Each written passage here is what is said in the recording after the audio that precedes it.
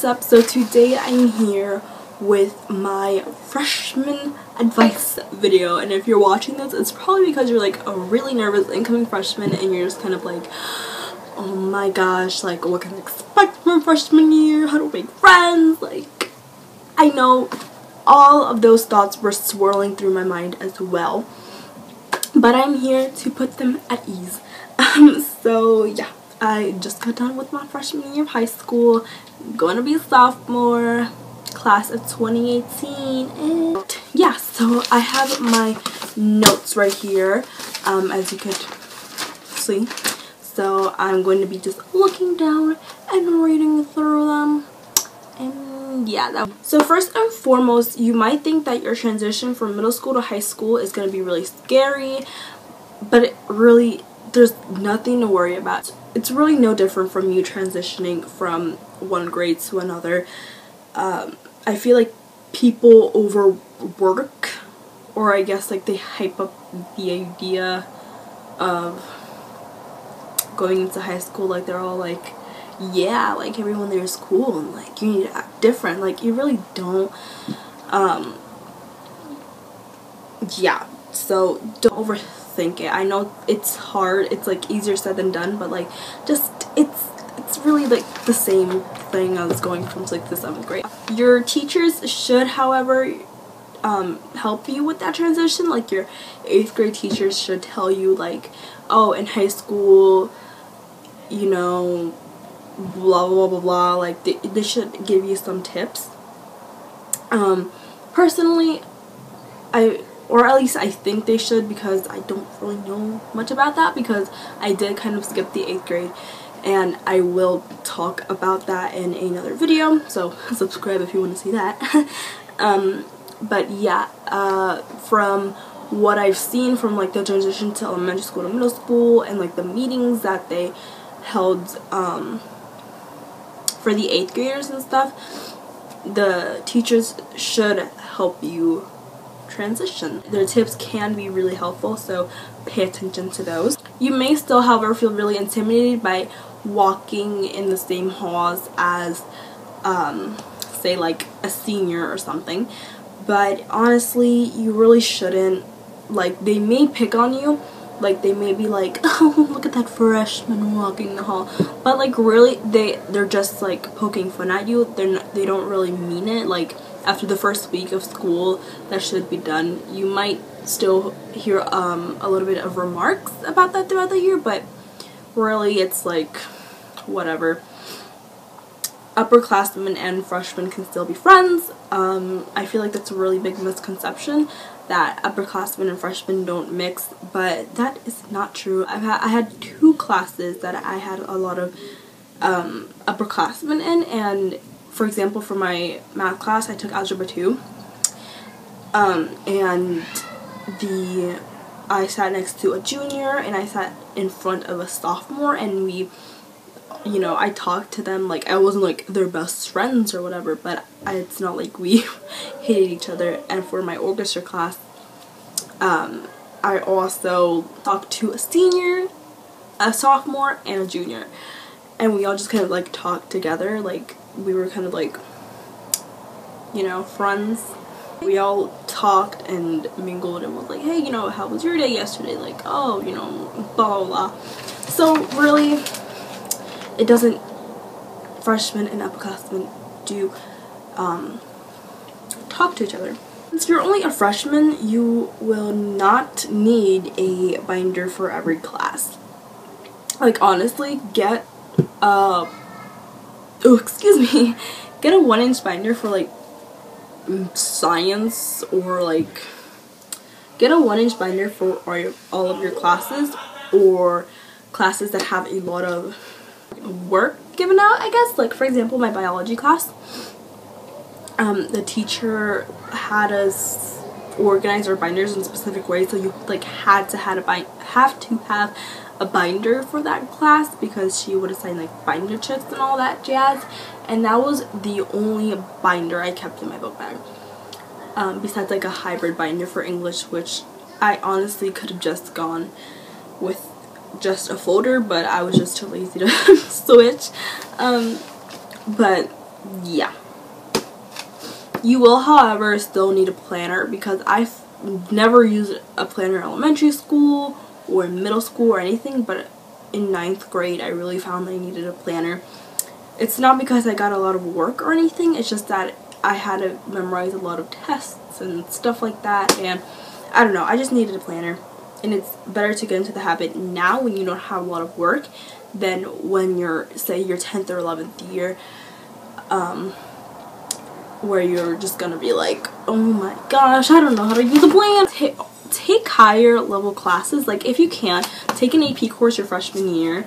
That's what I did, and a lot of other students did, and it's not like you're expected to pass your first AP exam, but it's like, it's nice to kind of like dip your toes into, you know,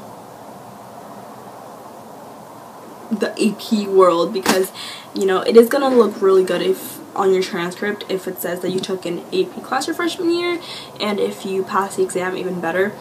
I don't know if I passed the exam because the scores haven't been out yet. They're gonna be out in like a couple of days, so I'm really crossing my fingers I did. But yeah, you won't be treated like a baby anymore. If you're absent, your teachers aren't gonna be like, oh my gosh, like, this is the work you've missed, or, you know, like, they won't really care. They're just there, honestly. You have to go to the teacher, you have to ask for help. They won't be like, okay, are you getting this? Like, no, you have to raise your hand and be like, Mr. or Mrs., I don't get this, can you please explain this to me? Yeah, they will be willing to help, even though it might not seem like it. Your teachers are there to help you. They just won't, they will expect you to ask. They won't ask you. You know what I mean? Don't act out. Just don't. I feel like high school, your freshman year especially, is kind of like the foundation of all your other years.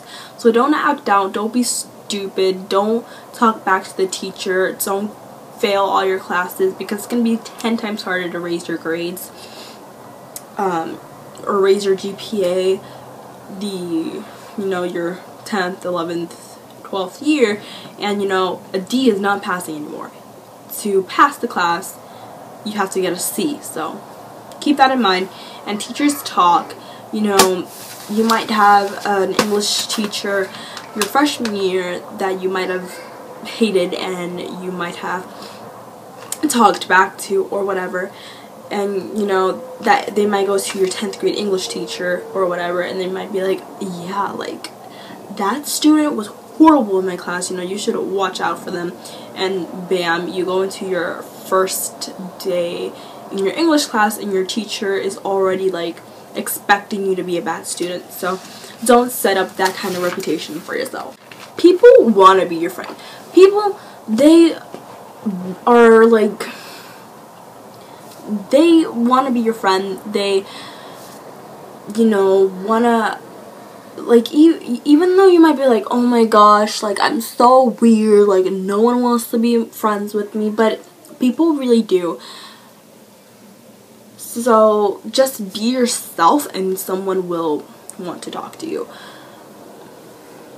So for example, there was this girl, I think she was like either a junior or a senior. She was definitely an upperclassman, but she really didn't care what other people thought of her, or at least that's the way she kind of presented herself, because one day she wore blue lipstick, the other day she wore black, she had like a fake septum and everything, and she still had friends. And another one, she had a pixie cut, and she had like, she could wear like flower tights with, or flower shirt with,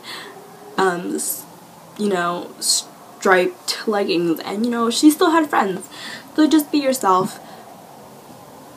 But you also have to kind of make that effort to be friends with someone. Like, join extracurriculars to make friends. That really is like my number one tip if you want to make friends. Like, join extracurriculars.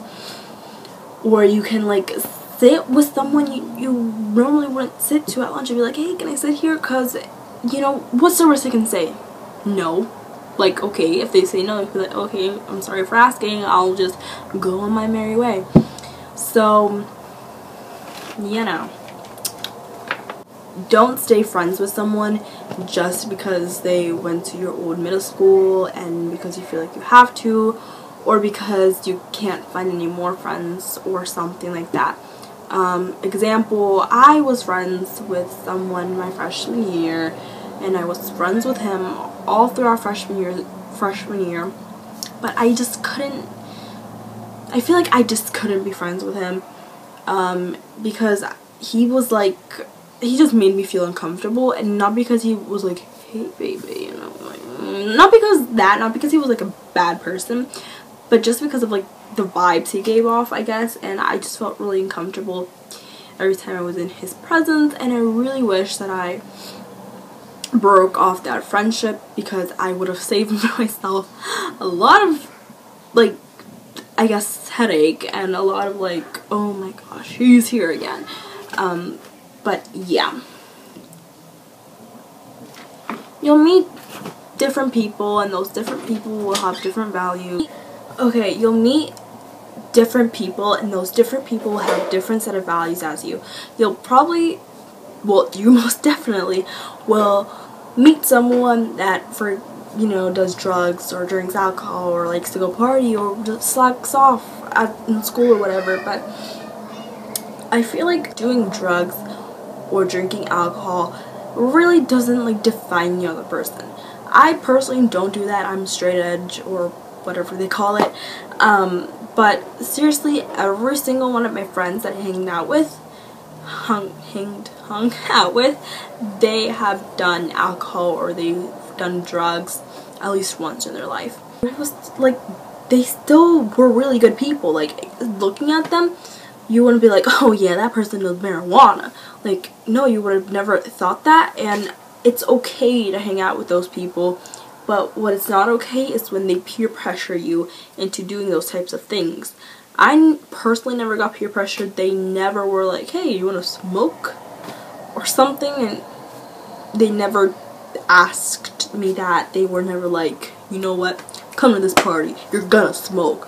Like, you know, just as long as they have good, I guess, moral values, they're good people. Yeah, just be friendly with everyone, really, because as a good rule of thumb, I feel like have at least one friend or acquaintance in every one of your classes. Like, follow someone on Instagram or on Twitter, or be friends with them on Facebook, with at least one person in each of your classes, because when you're absent, you can, you know, DM them or text them or whatever and be like, hey, you got the notes for the class from yesterday, and that'll really help you. A time-saving tip that I actually have is, I know like a lot of people complain about like, oh, like I have to wake up minutes earlier because I have to pick up my clothes and do my makeup and blah blah blah.